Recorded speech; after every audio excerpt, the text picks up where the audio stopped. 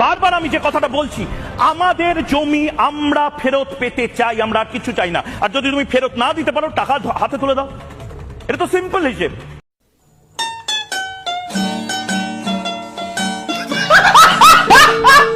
আমার থেকে কেউ একটা জমি নিয়েছে, সেই জমির টাকা সে দিতে পারছে না, সে দীর্ঘদিন ধরে জমিটাকে ফেলে রেখে দিয়েছে। তাহলে হয় জমি দাও নয় টাকা দাও। এই হিসেবটা বুঝতে মোহাম্মদ ইউনূসের সমস্যা হচ্ছে কেন? নোবেল টোবেল পেয়েছে তো, মোহাম্মদ ইউনূস নোবেল পুরস্কার পেয়েছে তো। আমি এবার কয়েকটা ছবি দেখাবো।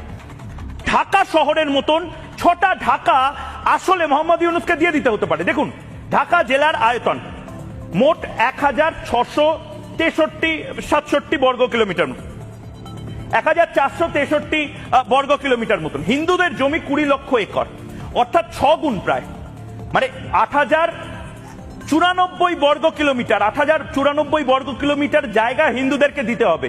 সুতরাং সেই হিসেবে 6খানা ঢাকা, এই যে ঢাকার ম্যাপ, একটা ম্যাপ, দুটো ম্যাপ, তিনটে ম্যাপ, চারটে ম্যাপ, 5টা ম্যাপ, 6টা ম্যাপ, এরকম 6টা ভূখণ্ড দিতে হবে ঢাকা শহরের সাইজের মতন।